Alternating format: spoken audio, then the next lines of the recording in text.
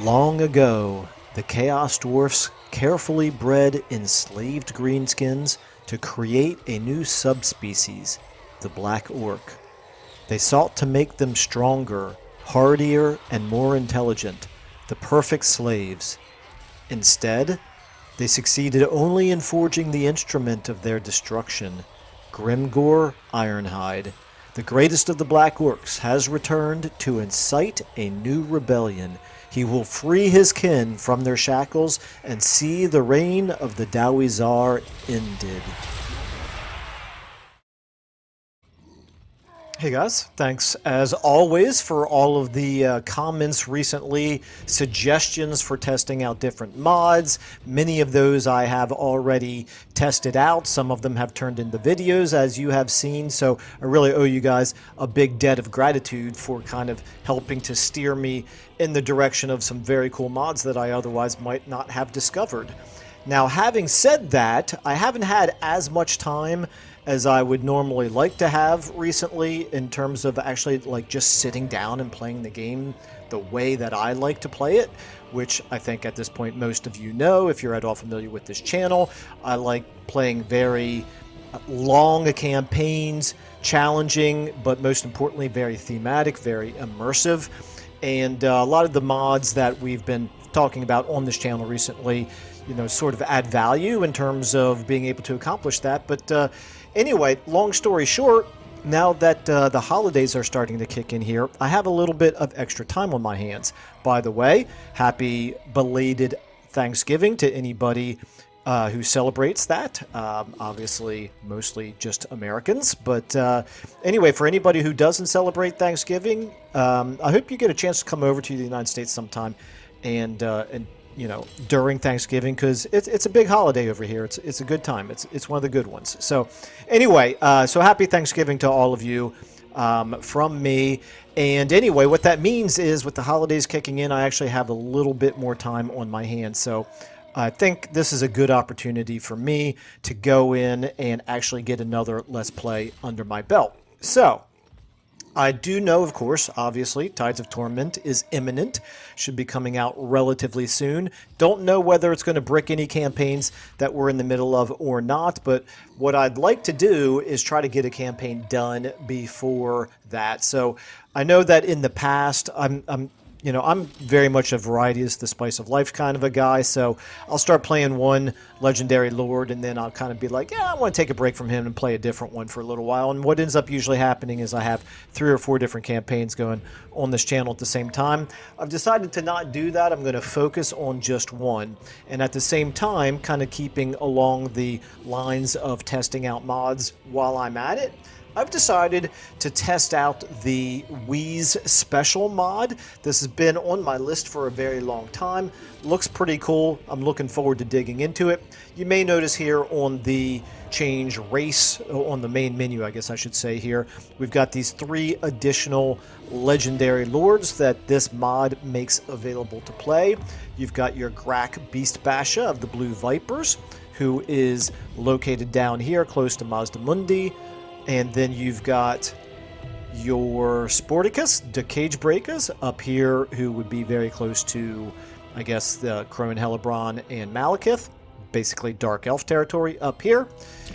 This is him right here. And then you've got Tenet Four Eyes of the Black Pit tribe. We all know he's right next to the Empire, right here. So anyway, these all look very interesting to me, and I'm sure I will try them all at one point or another. But what I wanted to do is try to combine this Wheeze Speshul mod, which feels very flavorful, very thematic, add some new units and some interesting changes and twists to the greenskins.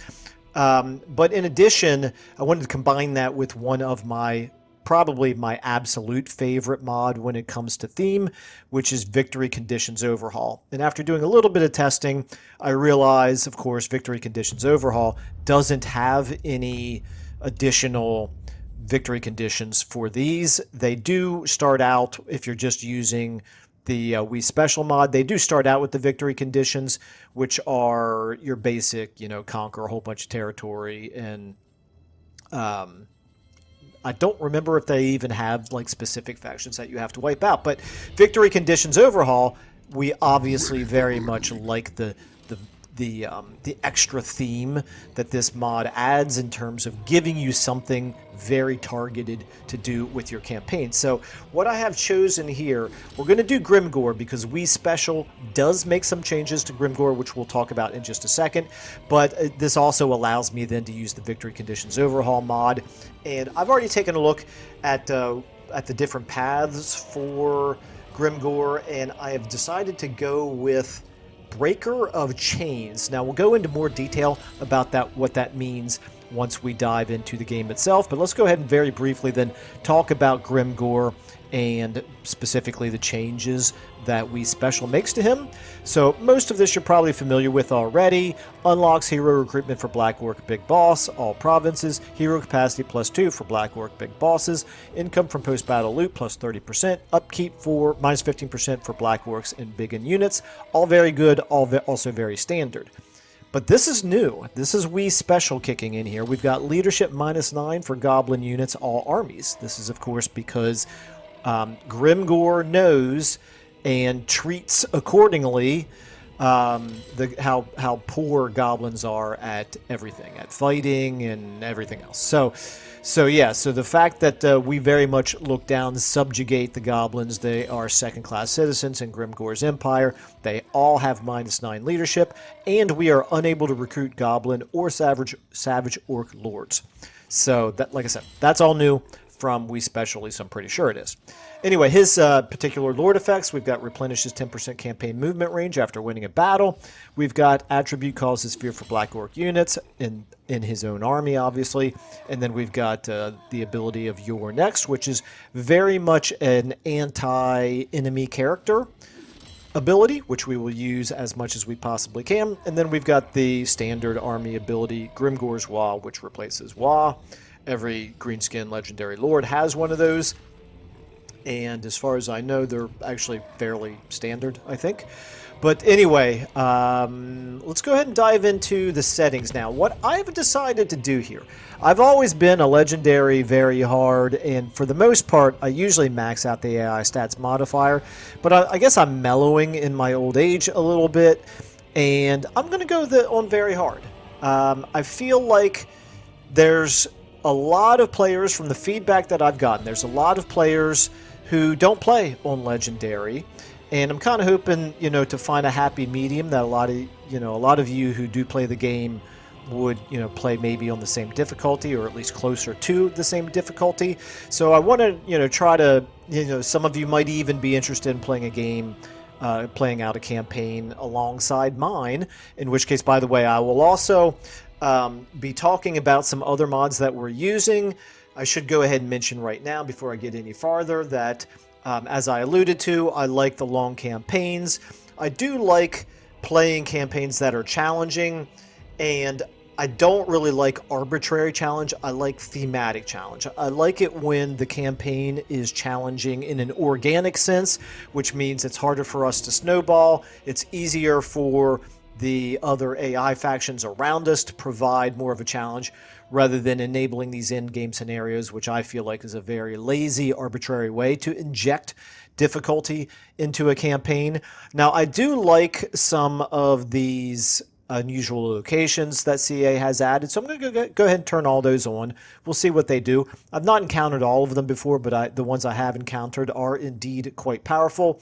They can really muck up your campaign, but it can be quite flavorful, I think, when it does that. So the other thing that I tend to do more recently now is I'm playing with the AI stats at this setting right here. I consider this the leadership +4 setting, as opposed to all the way up here where it's at +8. And the main reason I like to do that is because I find that when I set all the AI stats modifiers up to the absolute maximum, you do tend to have some units that behave in very unthematic ways.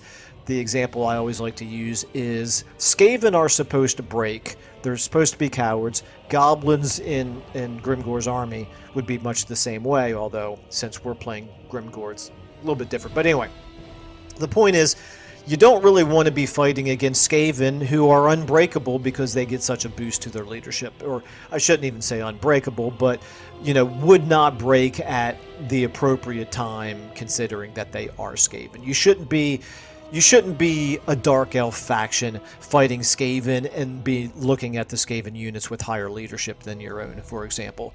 I'm not going to use the extreme example of the dwarves having, fighting against Skaven and seeing the Skaven have better leadership than dwarves do, because I've never actually seen that happen. But anyway, hopefully that makes sense what I'm saying. I feel like giving them a +4 is a nice middle ground between providing a nice little bit of a challenge, but also not completely ruining the thematic nature of how units should behave on the battlefield. Okay, so those are the settings we're going to roll with. Obviously, Grimgor, we're going to kind of experience together what all the other changes that we Speshul makes to the greenskins. I am looking forward to just kind of exploring that and finding those out on my own. I have not read through all of the changes. Then, and there may not be that many for Grimgor. And then there's a fair number of additional mods that I'm going to be using. I don't want to go through them all right now. I'm just going to mention them kind of during the campaign as they become appropriate, but a couple that I do want to mention up front. I'm using a whole bunch of Sleepy's mods, which I looked through and I really like what he's doing to the game. I do hope to give a video that's sort of more of a review of his suite of mods and the effects that they make on the campaign, but I feel like those are almost all of those mods are improvements to it. And then I guess maybe the other ones that I should mention here, I want to give some testing to the campaign ammo and devastation mod. So we're going to see that when we jump in right away, and I'll point it out right away as soon as we get in there. I'm also using some of the other standard ones. Brogus, harsh dynamic movement range, which basically slows down your amount of campaign movement on the campaign map based on your army composition. And then, of course, we're using War of Attrition, which reduces replenishment. And finally, the other one that the other ones that I have to mention, we're using a combination of tougher siege tweaks, no real-time building reborn. Those are big changes to siege battles. And we're also using Cho's improved garrisons, which does make attacking settlements more difficult overall. Okay, anyway, sorry about all that. Just wanted to get those preliminaries out of the way. Let's go ahead and jump into the campaign.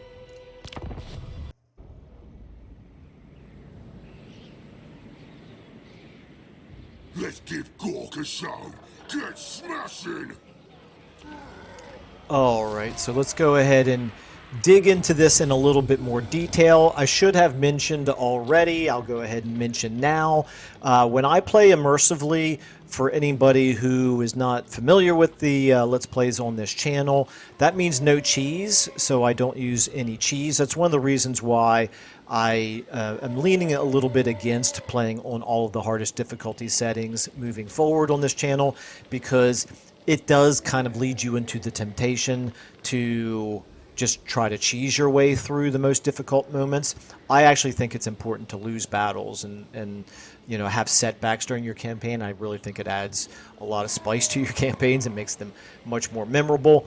But anyway, I won't go too far down that rabbit hole, other than to say, yeah, I like fighting battles in what you would think of as a relatively realistic way. So I don't do things like run around and force the enemy to waste all their ammunition shooting at a target that they'll never hit, or use one of my faster units to run around and draw 2/3 of their army over to chase a unit that they'll never catch up to. I do think it's important to use smart tactics to do feints and diversions and things like that. So there's always a balance that you have to try to find. But anyway, overall, no cheese. If you see me doing cheese, could be that I didn't really think about it being cheese. Feel free to point those out in the comments below. So that's one of the main things that I wanted to mention. And then the other thing is I do want to get more into the habit of naming the characters in the campaign based on those of you who are generous enough to support me on Patreon. There should be a link in the video description if you are ever interested in supporting me. I do very much appreciate it. I enjoy making these videos, but they are quite time consuming, and so it is very nice to occasionally see that people genuinely appreciate it. But anyway, what does that mean? It means I'm going to obviously leave Grimgor's name the same, but I'm going to go ahead and rename our Goblin Big Boss here. It is kind of ironic that we're starting with a Goblin Big Boss for Grimgor, but, you know, whatevs. We'll deal with it. So let's go ahead and take a look at him, and I'm going to go ahead and rename Scram Deruffy to, we're going to call him Lucky Deruffy. There we go. Lucky Deruffy. Okay. So we're going to go ahead and embed him into our main army. Now, let's go ahead and do the important thing, which is why am I naming this campaign Breaker of Chains? Well, it's right here. So you should have already heard this because I have hopefully remembered to add this into the intro for this video, but I'm going to go ahead and go through it again here in a little bit more detail. I'm not going to read out all this text. Well, yeah, I will. Okay, let's go ahead and do it. It's quick. Long ago, the Chaos Dwarfs carefully bred enslaved greenskins to create a new subspecies, the Black Orc. They sought to make them stronger, hardier, and more intelligent, the perfect slaves. Instead, they succeeded only in forging the instrument of their destruction, Grimgor Ironhide. The greatest of the Black Orcs has returned to incite a new rebellion. He will free his kin from their shackles and see the reign of the Dawizar ended. So we have to maintain control of the following 7 provinces, either by direct ownership or through vassals and military allies. These are obviously going to be the provinces that basically belong to the Chaos Dwarfs, or at least are sort of, you know, their neighbors and are in their general territory that they can be expected to conquer in the early game. So we've got to take all of that. It's going to take us a little while to do it, and then we have to destroy the following factions. We've got 2 of them here. Disciples of Hashut. This is, I think, this is Astrogoth, right? And the Legion of Asgore, I forget which one of the Chaos Dwarfs that is, but we shall find out soon enough. So that's not to say that if we don't have the, or if we have the opportunity to do one of these other routes, maybe we will. We've got Beyond the Bastion, which involves going into Cathay, and we've got the Mountain King, which involves taking over lots of the Ogre territory to our south in the mountains. But the one that I want to focus on here is Breaker of Chains. I think that feels like a nice thematic objective for this campaign. Now let's go ahead and go back to the usual stuff. Take a look here at our army. We, of course, added in our Goblin Big Boss. We've got Black Orcs. We already know that we add some special abilities here for the Black Orcs. Calls Fear for Black Orc units. And we have the Immortals Armor, a unique scrap upgrade for them. To plant tactics slots.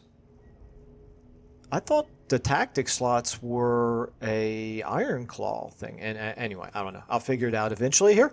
Then we have, I guess that's really all. That's all we're doing for Black Orcs. Then we have a couple of Orc Boys with spears. We've got Orc Boys with swords and shields. We've got a couple Goblin Archers. We've got some Orc Boar Boy Biggins and some Doom Diver Catapults. Now, these 3 units right here are obviously, well, technically 4, are all Goblin units.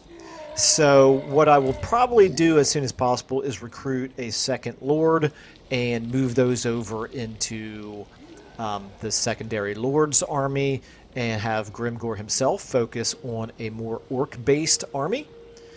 So, but, you know, that one step at a time here. First thing that we need to do is obviously go ahead and attack our starting enemy here. Now, these guys, they have some ogres here. They're going to put up a little bit of a fight. I'm not too worried about losing this fight, but I do, I want to win it without losing too much in the way of casualties, because we do want to press on and take Gorger Rock. Now that I've selected Gorger Rock, let's take a look at this. This is one half of the campaign ammo and devastation mod. As you can see here, your settlements now have health. And presumably as they get sacked and, I don't know, probably conquered as well, as they switch hands, you're going to lose health, and that health is going to have effects on the various aspects of what settlements do for you, which we will discover here moving forward. But for now, the other thing that I wanted to mention is that we've got campaign ammo to worry about. You can't tell yet, but after the battle, we shall see that the ammo that we use during the battle is going to be depleted, and we have to replenish our ammo through supplies the same way that unit replenishment basically works. Okay, all that being said, let's go ahead and jump into our first battle here. Decisive victory. Obviously, we could auto-resolve it. I don't really do auto-resolves very much at all on this channel, only the most ridiculously one-sided battle, so we are of course going to fight this. We also are using some mods that change how things work in battle, so I definitely want to experiment with those as well, which means fighting battles manually for that reason as well. Okay, anyway, it looks like a pretty straightforward battle here. We're going to have, obviously, the artillery advantage over them, so they'll be forced to come towards us. Let's go ahead and do this. Alright, so now that we're in the battles here, while I'm getting set up, a couple of the mods that we're using that I want to mention. Set up really kind of at the extreme range of our Doom Diver catapults. No reason not to. And we'll get the Goblin Archers, maybe on each flank. So yeah, we're going to use, in this campaign, we're using line of sight melee reactions and ranged targeting, which I'm really hoping will fix some of the issues that we have with micromanaging the different units. So for example, you tend to have melee units that are in the middle of a combat, and then you give them an order to pull out and, you know, fight a different unit or just withdraw or whatever.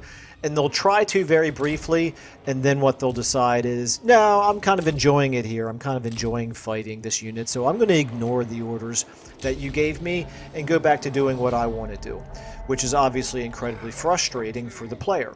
So I'm hoping that this mod will help with that by I believe what it does is it increases the amount of time that has to pass before they get bogged down. So in other words, they'll make more of an attempt to break free of the unit that they're already engaged with before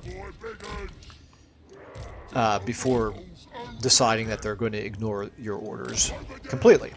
So the other thing then is the ranged units here, the ranged targeting. It used to be that the threshold was 75%. This was interesting to read in the mod description.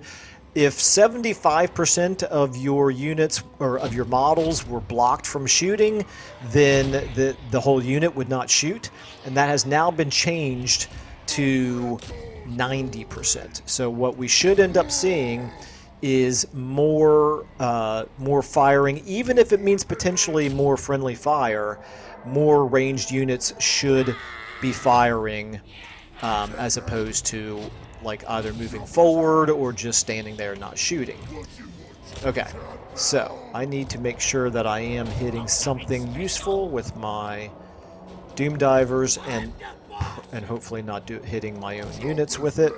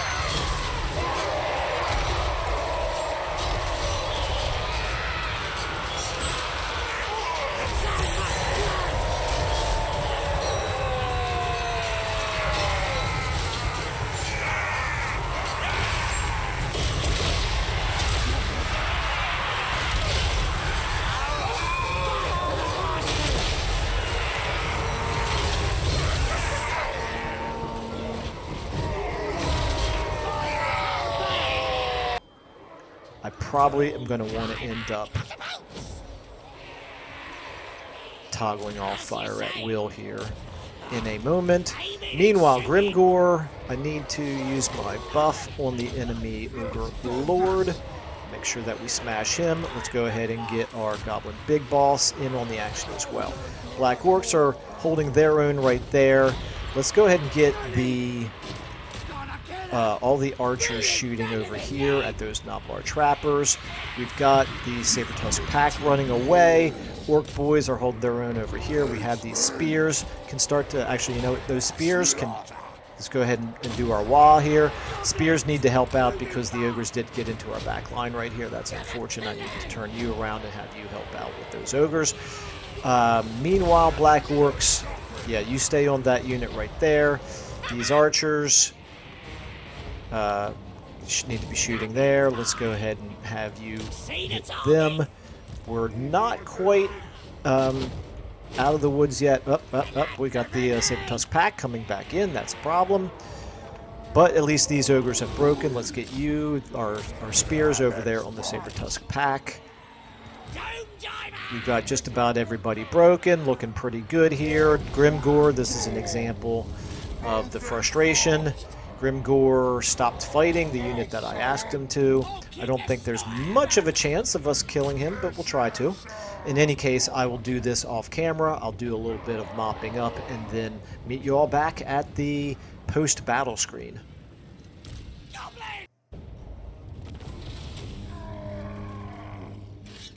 Okay. Got ourselves a little bit of scrap, a little bit of money. We did successfully run down Targog, the enemy general, so that's good. Gave us much better rewards as a result of that. We are slowing down character experience gain by 25%, so that's why we did not gain a level. And I think we're going to have to go... I'm tempted to go with the casualty replenishment rate of plus 4% for one turn, but it's giving us 0 replenishment right away, which is pretty unappealing. So I think I'll just go ahead and take the unit experience instead.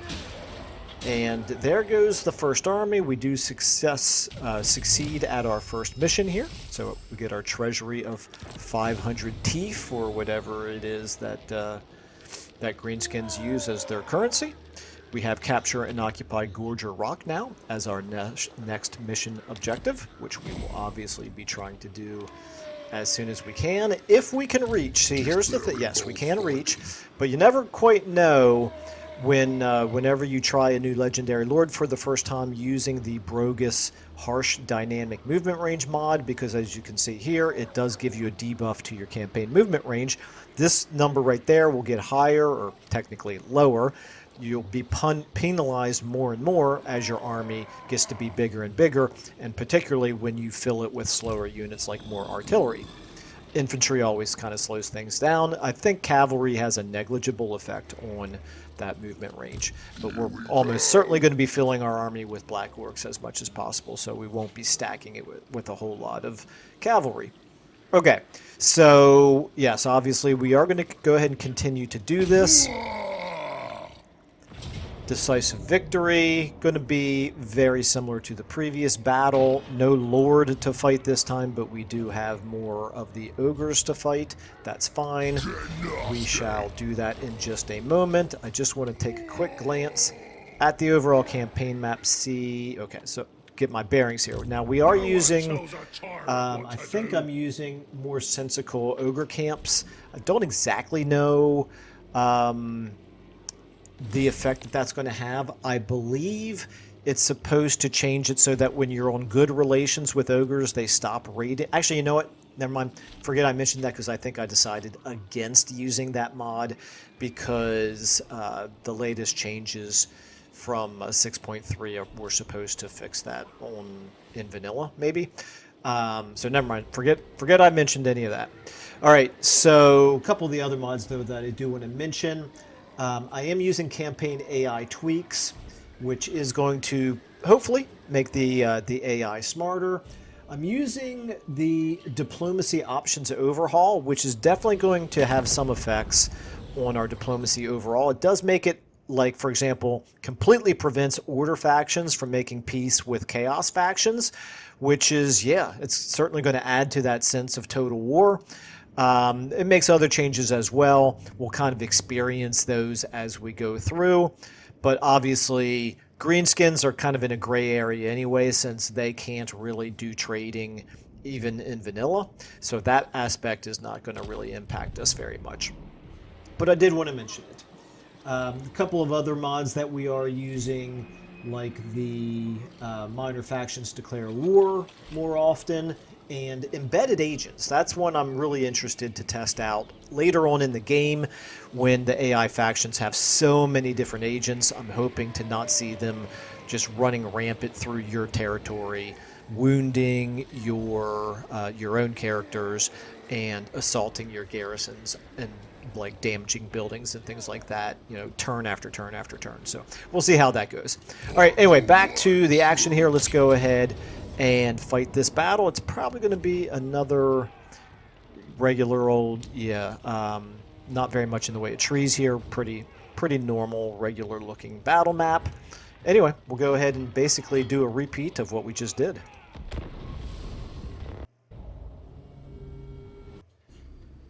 Alrighty, let's go ahead and get this done. I'm just going to do the same thing as last time. I think I don't really want them to come through the trees at us, so we'll go ahead and fire at them from here. Oh, and here we can already see the effect of the ammo, the campaign ammo and devastation mod. The ammo aspect of it is we've obviously got reduced, well, less than 100% ammunition for every missile unit. So that is obviously going to have an effect on the campaign the more battles we fight. I'm a little bit out of breath because I had to run outside there very briefly. And let's just go ahead and get all of our melee units in front. I'll go ahead and bring the cavalry around the right flank again. And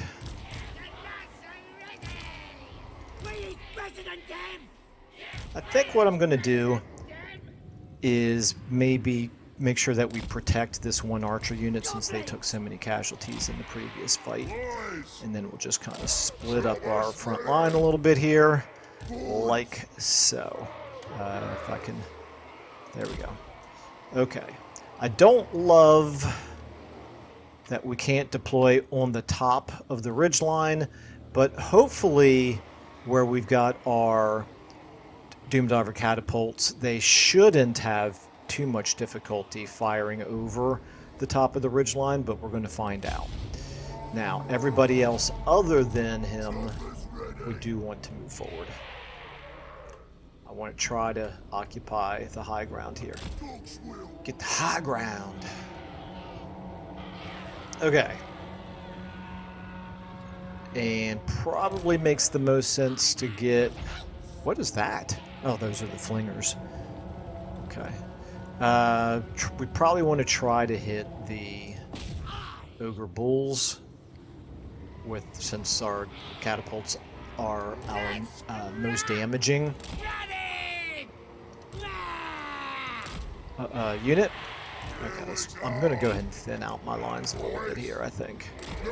I don't desperately want them to punch straight through our front line. Grimgor's not going to be able to use his anti-character debuff. Of course, there are no enemy characters in this fight, but he can still definitely do some damage to them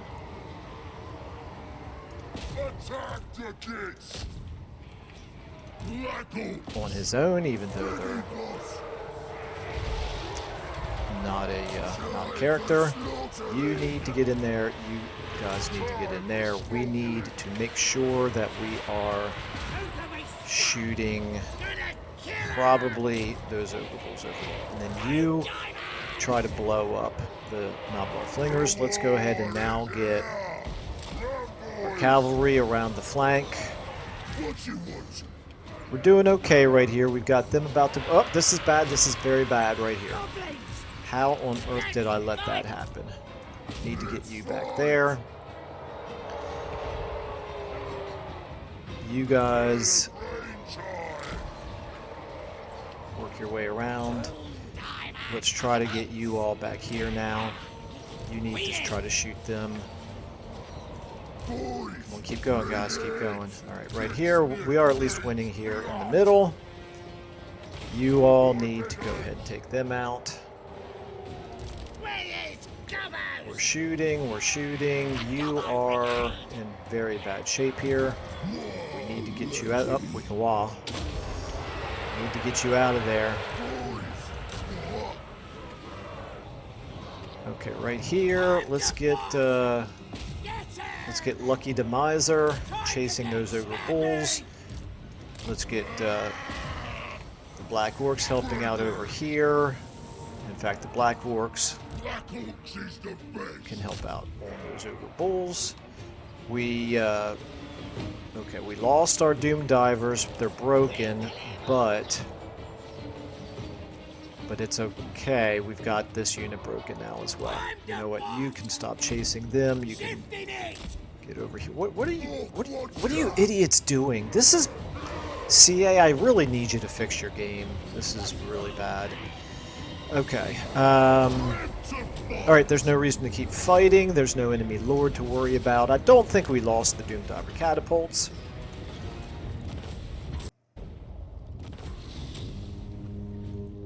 Okay.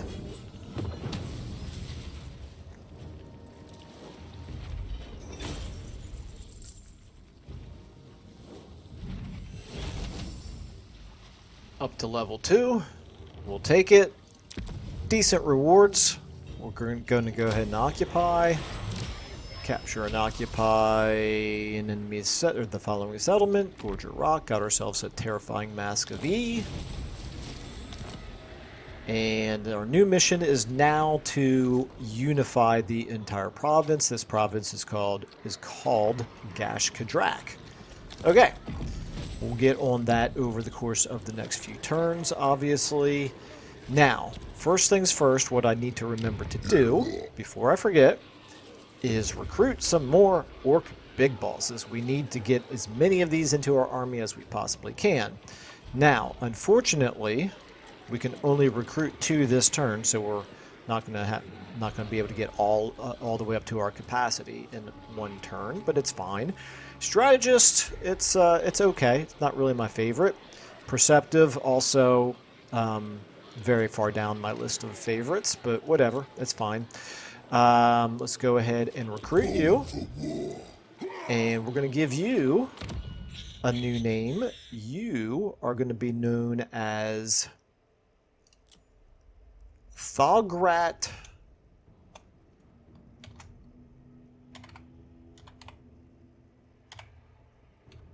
Never Ending. We'll try that. And then we've got another Orc Big Boss. This is Zoc Ironjaw no longer. This is now rename. You are now Kadira Ironjaw. Okay. And wait a minute, what do we have here? Terrifying Mask of V. Let's go ahead and give the Terrifying Mask of V. I'm not gonna. Oh, actually, do these guys get Cause Fear and Terror on their own? I don't think they do, but I think it's kind of funny, the idea of a goblin causing terror and fear, so we're gonna go ahead and give that to Lucky Deruffy. And we're gonna go ahead and give Grimgor a couple skill points here. As much as I would like to focus on just making him a complete badass in combat, I'm going to still do the blue line, and I'm also going to make sure that we do the red line to give him, what is it, Du Bois? Yeah, Du Bois is going to be very good for him, and that's probably all I'm going to worry about in the short term. But let's go ahead and, for now, give you...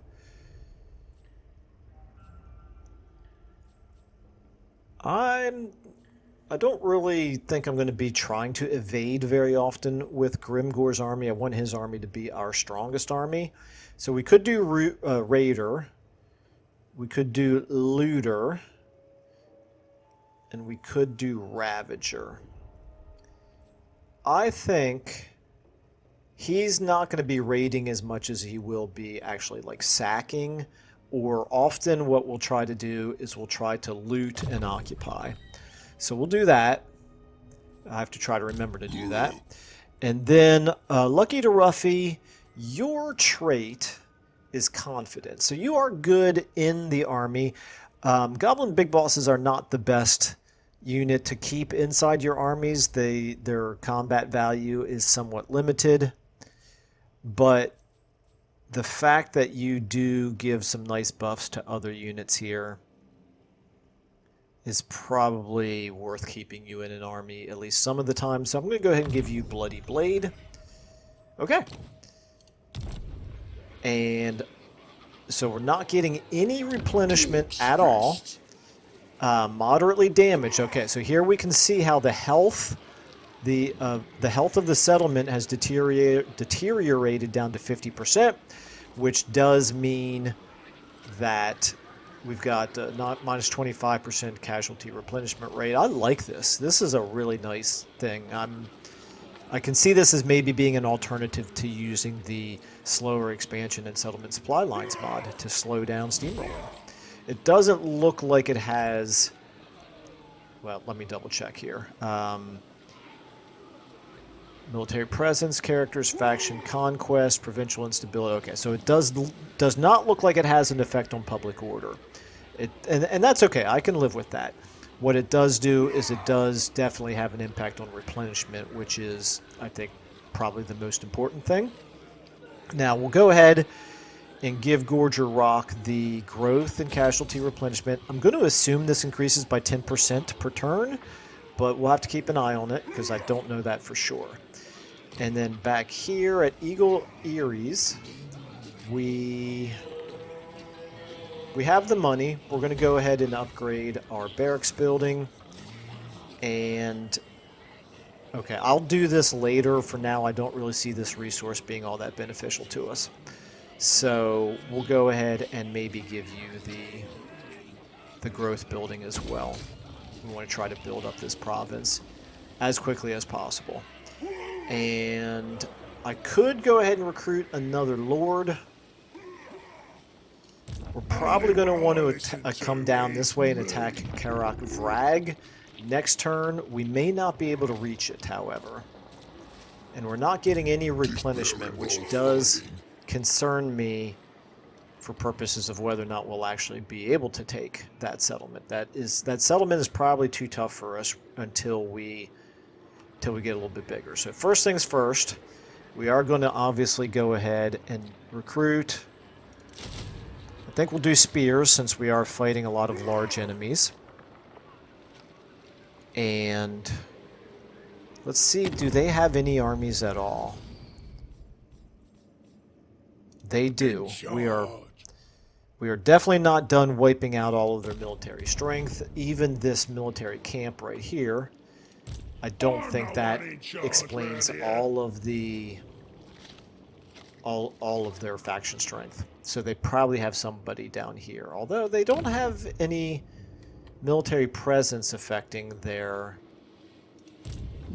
public order. So maybe not. Maybe not. And are they only at war with us? I believe they are. Yes, they are. Okay. Let's go ahead and check our diplomacy. Doesn't look like there's anything to do. They don't want peace with us.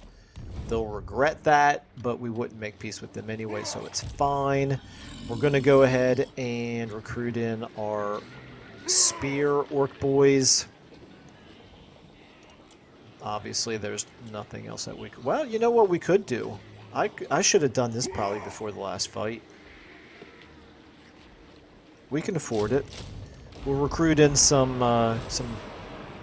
mercenary ogres to help fight against the enemy ogres. Why not? We are getting Winds of Magic, but it doesn't really matter to us. Okay, I think we're ready to probably move on here with our intern. I'm going to go ahead and do Eager to Fight. And I'm going to track this mission objective, and let's go ahead and do it.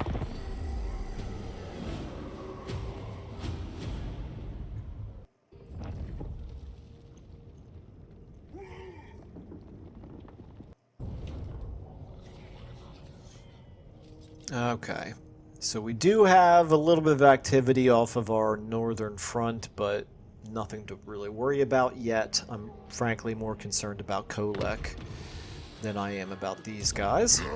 These are the Tusk Sons. And we got our idols buildings built. We still are not getting any replenishment on any of our units other than our characters. That's fine. Let's go ahead and move our Blackwork big bosses into the army. The army is not able to reach this turn, but what it can do is it can move up to here and do a little bit more recruiting. Ooh, hello, Snotling Swarm. That's a new unit. Okay, so this is going to be the Wheeze Speshul, adding a Snotling Swarm. I'll try that in some other armies. I don't think it thematically fits into Grimgor's army. Instead, what we'll do is we'll recruit in a couple more spears. And actually, let's see, are there any more mercenaries? No, apparently not. Okay, never mind. And scrap upgrades, we could do some scrap upgrades. I don't think I can do anything for the Black Orcs yet, which is the one unit I definitely... Oh, no, I'm sorry, I can. Immortals Armor. Done. Okay, we've got some Immortals Armor now on our Black Orcs. They're obviously our strongest unit, other than maybe Grimgor himself.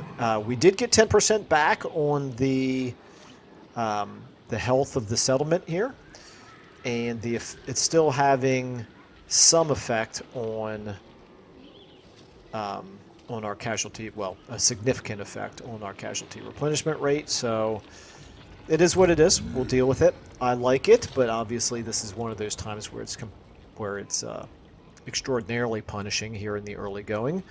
And then I'm going to go ahead and try to recruit another... Okay, we can recruit an Orc Big Boss. I think I called him a Black Orc Big Boss. The other heroes, they're not Black Orcs, I guess. These are just regular Orc Big Bosses. We got Braga. Again, not really one of my favorites, but we'll take it. And we are going to rename you to... let's see here. Let's go with Muggadoyle. Okay. Muggadoyle, you will join the army next turn before the attack on Karak Vrag. Hopefully you can reach. And then we also want to recruit a lord here. So we could... I'm just going to take... Okay, this is new. We've got two different types of Orc War Bosses. And I don't remember which one is vanilla. Obviously, Orc Great Shaman, that's vanilla. Okay, so I'm going to assume that the Black Orc War Boss is the new one that's added by the mod. So we've got Tactician, we've got Strong. I probably am going to go with Strong. We've got Cunning and we've got Disciplined. All other things being equal, I usually like taking the traits that provide an army-wide buff as opposed to ones that are only good for the individual character. However, this is just too thematic, I think, to pass up on. So we're going to take Strong for Blorg Badaxe here. Except you are going to be named. Let's recruit you. Go ahead and move you into Gorger Rock, and we're going to rename you to Ragnar. I think it's Ragnar. Okay, there we go.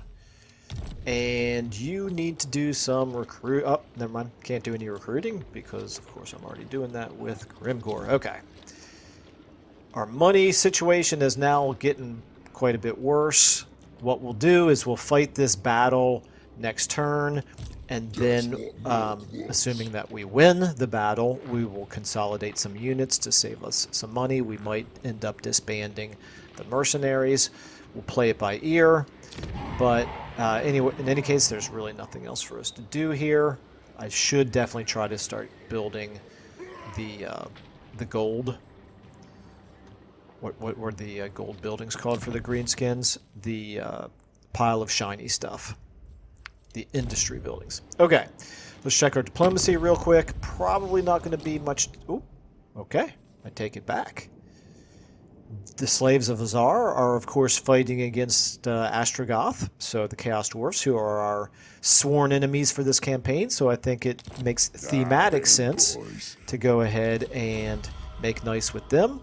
And then we've got the Darkland Orcs here, which are at war with... also with the Chaos Dwarfs, so we'll do the same thing with them. We'll take a little bit of teeth in exchange for it. Tusk Sons, okay, they're at war with Kolek.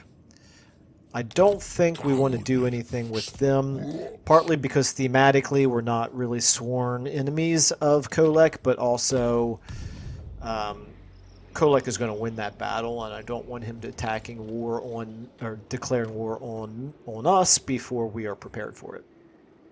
So I don't want to really do much of anything that is going to annoy him. All right, let's go ahead and do one more end turn here.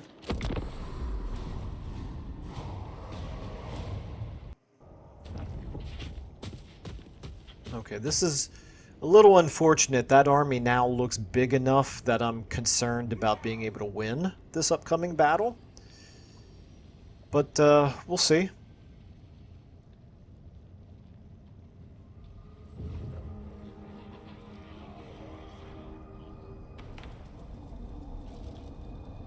Looks like the Tusk Sons fought. They attacked Kolek and probably lost. Looks like they lost. So they are not long for this world.